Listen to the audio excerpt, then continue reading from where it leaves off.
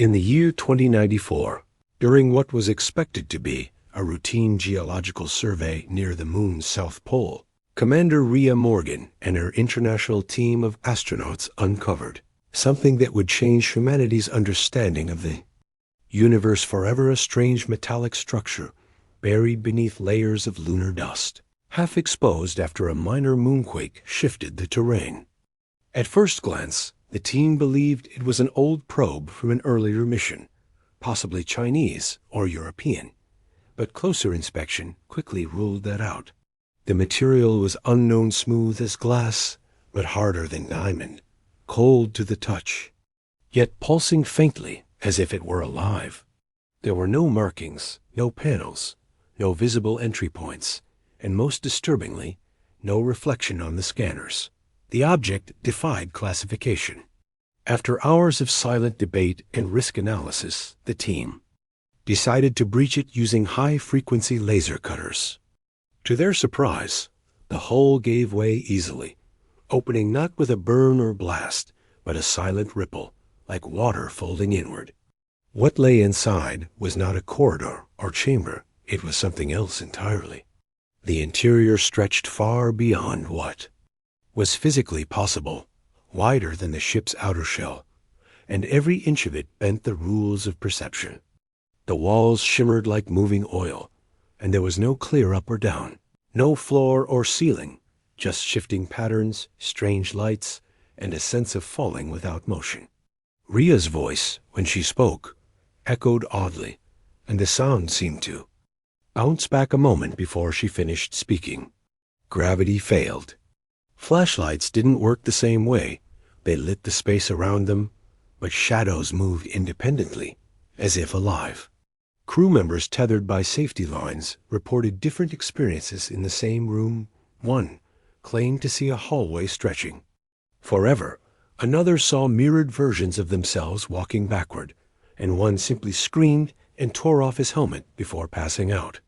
He survived, but couldn't remember what he saw.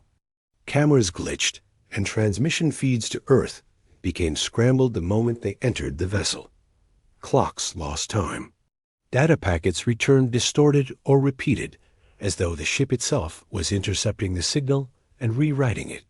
A low hum filled the air, and several crew members claimed they could hear voices speaking softly in their native languages. Some heard their own voices speaking back to them, repeating thoughts they hadn't said aloud. Rhea remained calm, keeping the crew steady and pushing forward despite the growing unease. She made detailed notes, recording by hand since digital devices failed to store anything inside. One corner of the space suddenly shifted, revealing an opening like a spiral that folded in on itself, and beyond it, a pulsing core that seemed to beat like a heart. They didn't enter it, not yet. The team returned to the surface to regroup, and when they looked back, the entrance they had cut was gone, sealed over, as if it had never been opened. Yet all of them remembered clearly what was inside. Commander. Rhea stood silently, staring at the smooth surface of the alien ship, and said the words that would later be carved into the archive back on Earth. This ship wasn't lost. It wasn't broken. It was waiting for someone to find it. No one replied. The moon was silent again. But the sense of being watched never left them. And as night fell on the lunar base, a signal blinked from the ship, brief, low frequency, and directed not toward Earth, but toward deep space. After returning to the ship with fresh supplies and reinforced equipment, Commander Rhea Morgan divided her team into smaller groups and began the second phase of exploration, unsure of what they would face, but determined to understand the impossible structure that had defied every rule of nature. The moment the crew stepped back inside, the ship reacted again, but differently for each group. Team Alpha, made up of engineers and analysts, described entering a vast chamber shaped like a cathedral, with walls made of translucent crystal that moved as if breathing, shifting into new formations every few seconds and humming with vibrations that resonated inside their bones. Meanwhile, Team Beta, on a completely different side of the craft, claimed they were walking through a metallic forest where the trees shimmered and flowed like liquid mercury, and where strange floating orbs drifted silently past them like watchful spirits. Team Gamma, composed of 2 technicians and a geologist, found themselves in a looping corridor, where every turn brought them back to their own footprints, even after changing directions, marking the walls and attempting to retrace their steps with sensors. They could not find a way forward or out, as if the ship itself was playing with them. Earth Command, watching from orbit and mission control, attempted to coordinate the teams, but live footage was nearly useless. Feeds either froze, reversed, or distorted completely, showing impossible images, like multiple versions of the same person moving in opposite directions at once. The only reliable data was biometric, and even that was disturbing. Heart rates spiked at random, oxygen levels fluctuated without cause, and brainwave patterns showed bursts of activity normally only seen during seizures or deep dreaming. Then, something stranger happened. One crew member, a young linguist named Dr. Larasang, vanished from all signals for exactly 4 minutes. Her suit should have triggered an alert, but it didn't. Just as suddenly, she reappeared standing calmly outside the main entrance, holding a folded piece of metallic fabric covered in writing symbols, patterns, and diagrams that pulsed with soft light. When asked where she had been, Lyra simply said, "I don't know." It felt like 1,000 years passed, and also just 1 second. She had drawn a full internal map of the ship, though she had no memory of creating it, and every symbol on the map was in a language unknown to humanity, but somehow familiar to her. Back on Earth, Tapa I Systems attempted to analyze the ship's internal structure based on data gathered, but the models broke down instantly. Nothing matched standard geometry. The ship's inside was not just vast, it was impossibly large, extending beyond the moon's physical boundaries, existing in a space that couldn't be measured. Commander Rhea, standing before a shifting wall that reflected neither light nor shadow, spoke to her team and voiced the idea none of them wanted to admit. The ship did not exist in normal space. It was likely a pocket dimension or something. Even more alien, something that could fold space around itself, hiding infinite depth inside a shell only meters thick. The deeper they went, the less they trusted their senses. Instruments failed to agree with each other, and sound moved at different speeds depending on the room. One moment gravity pulled sideways, the next it vanished altogether. The ship responded to thought. Touching certain surfaces made entire sections rearrange, showing doors or dissolving walls, depending on the emotion or intent of the person. Rhea began to suspect they weren't just exploring a ship, they were being observed, maybe even studied by whatever intelligence had created this place. It was not hostile, but it was never random. Every twist, every vision, every impossible landscape inside the craft had a purpose, though none of them could understand it yet. The crew made camp in a central chamber. They all reached through different paths, a place where gravity returned and time felt more stable, though still not normal. They called it the heart. No matter where each team started from, they always arrived there after a while, as if the ship guided them to that spot. Lyra continued to write down more symbols, eyes glowing faintly in the dark, as though something inside her had been awakened. No one could sleep. Some dreamed while awake. Rhea wrote in her log, her voice steady but quiet. This ship isn't just technology. It's alive. Not in the way we understand life, but in the way the moon exists. With tides or black holes with time. It reacts, it remembers. And the more we learn, the more I think it didn't come here. It was built here or grew here, waiting for us to be ready. No one disagreed. Far beneath the moon's surface, in the heart of something that defied logic and reality, humanity took its first step not into alien territory, but into the unknown foundation of something older than stars. And far above them, beyond sight, the signal from the ship continued pulsing into deep space, calling something or someone that had been waiting to be found. As the crew continued their journey deeper into the alien ship, the line between reality and illusion began to blur in ways they could no longer explain. One by one, they started experiencing memories that didn't belong to them, moments of impossible clarity, showing planets they had never visited, cities made of floating stone, and skies with 3 suns. Commander Rhea Morgan herself paused in the middle of a glowing corridor when she suddenly remembered, with painful emotion, standing on a cliffside watching a violet ocean crash against golden sand. But she had never been there. These weren't dreams. They were real memories implanted into their minds with full emotion, sensation, and detail. Dr. Lara Sang, still haunted by the alien symbols she kept writing, began speaking fluently in a language no translation software could decode, and she wasn't alone. 2 engineers started drawing complex mathematical patterns they didn't understand, including theories of energy folding and gravity channeling that Earth's best scientists had never even imagined. The ship responded to each new thought with subtle shifts. One corridor that had been narrow and dark the day before now opened into a dome filled with soft light and distant voices, none loud, but all whispering in harmony, as though singing a forgotten song just beneath hearing. The team realized the ship wasn't reacting randomly.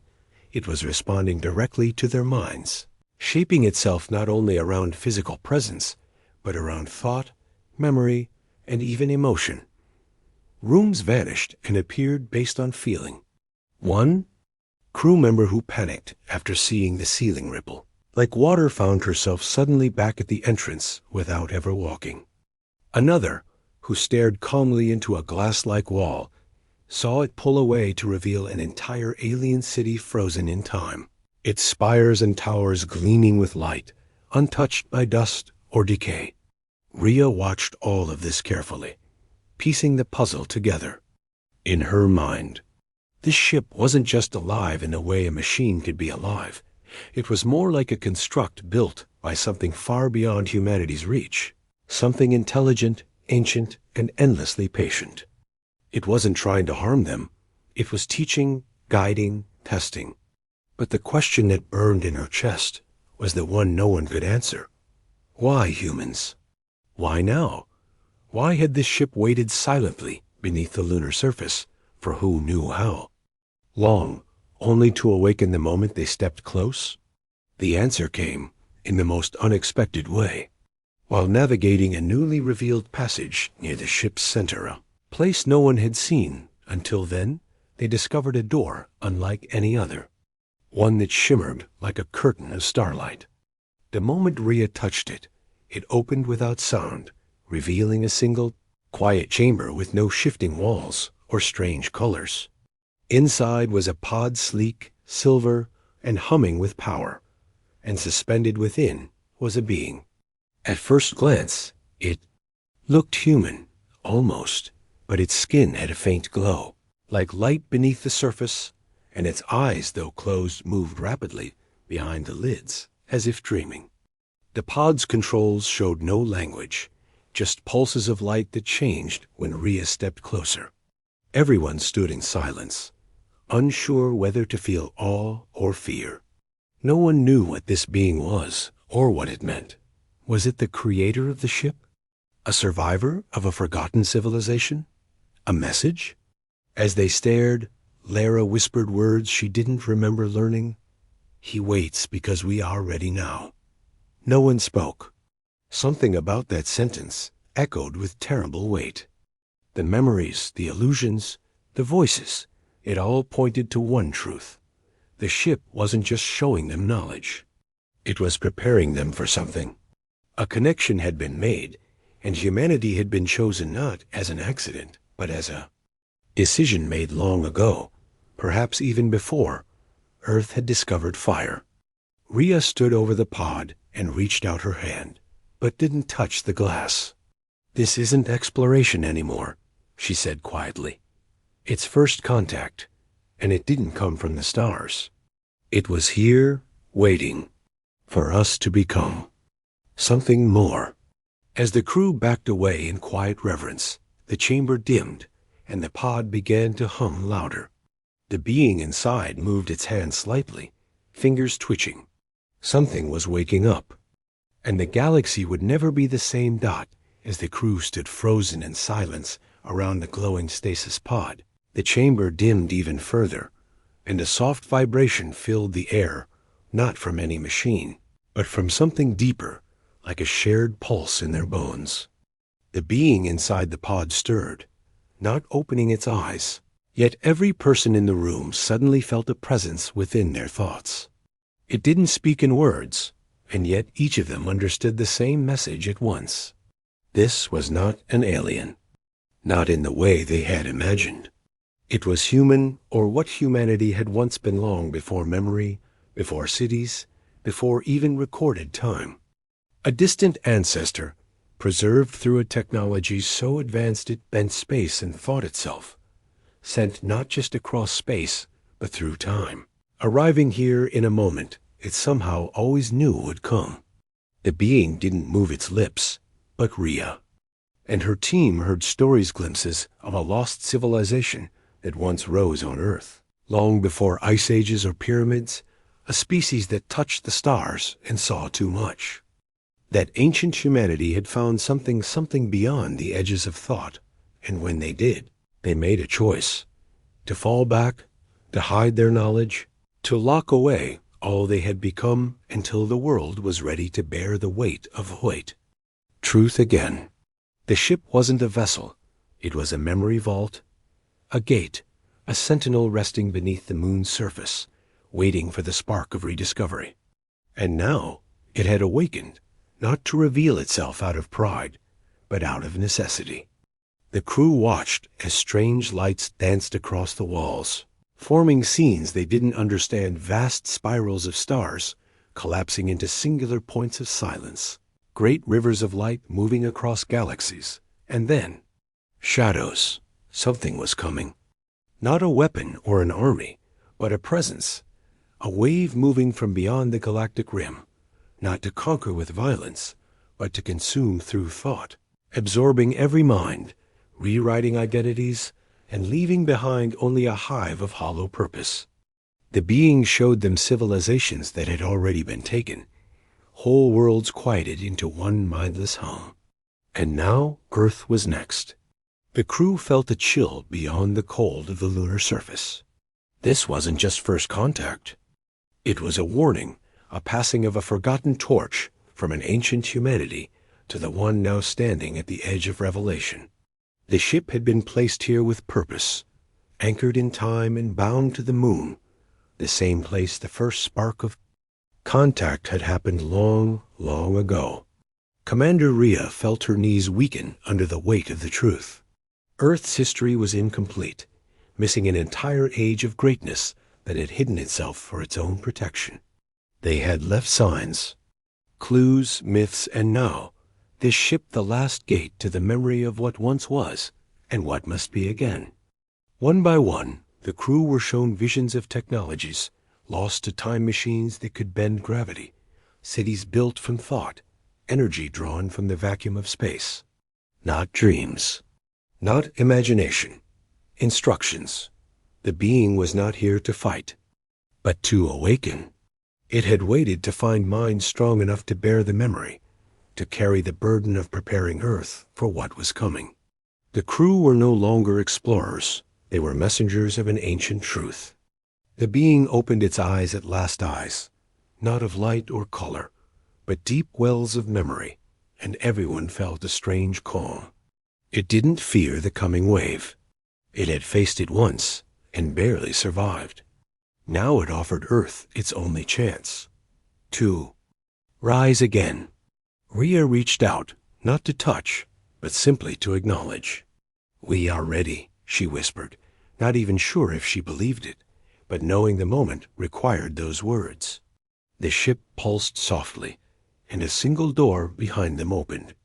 to a new Chamber 1 filled with light, patterns, and what looked like a console. Not for navigation, not for weapons.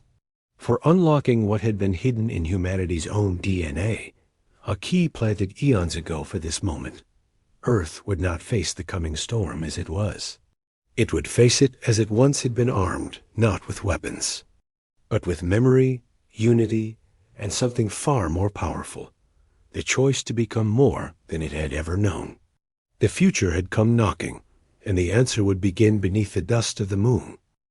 Rhea Morgan stood in silence inside the command capsule as the lunar shuttle began its descent toward Earth, her eyes distant, her hands gripping the arms of her chair, not from fear, but from the weight of all that had happened. Only 4 crew members returned with her, and each one bore signs that something inside them had changed. Some spoke less, others wrote symbols they couldn't explain, and one simply stared at the sky for hours, whispering to something unseen. The alien ship had sealed itself once the final human foot left its impossible halls, folding in on itself with a whisper of shifting light before vanishing beneath the lunar crust as if it had never been touched. But just before it disappeared, it released a pulse, not a blast, not a flare, but a transmission encoded in layers of dimensional language, beamed across star charts unknown to modern telescopes.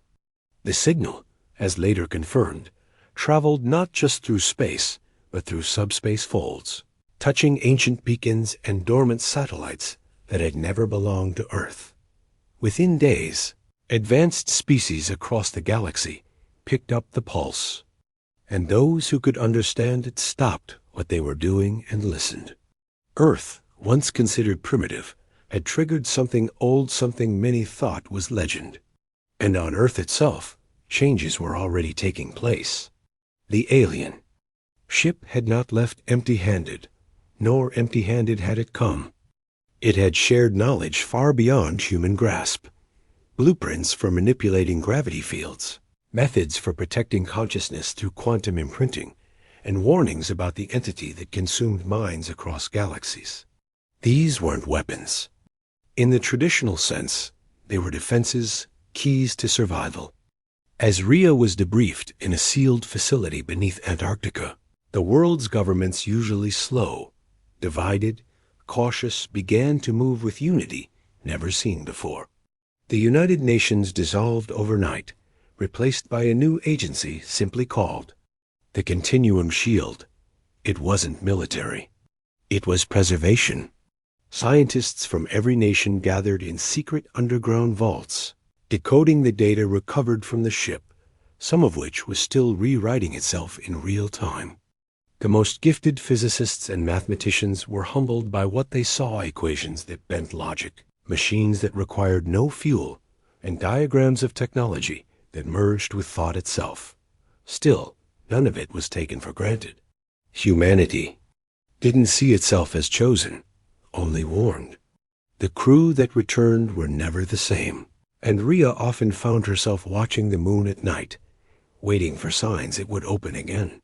The words that echoed in her mind, the final message the being had shared before the stasis pod dimmed, reminded her of their place. You are the echo and the answer. And across the planet, people repeated a phrase that appeared again and again within the data logs, the maps, and even embedded into the neural scans of the surviving crew. We did not find the ship.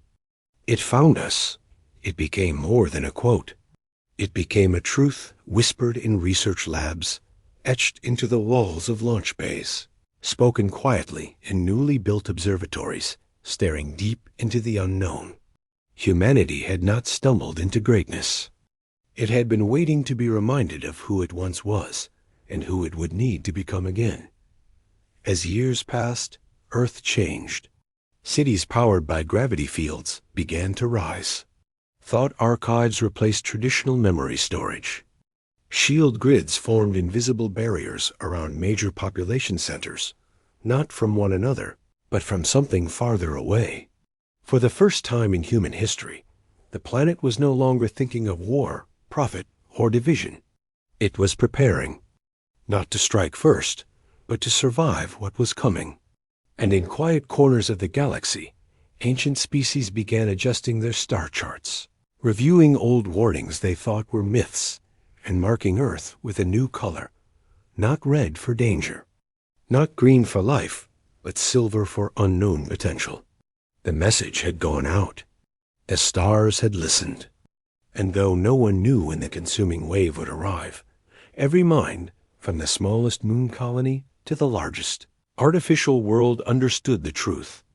Earth had awakened not just as a planet, but as a signal that said, time has come to remember. The first light of something vast had been lit again, not with fire, but with thought. And across the galaxy, silence turned to attention.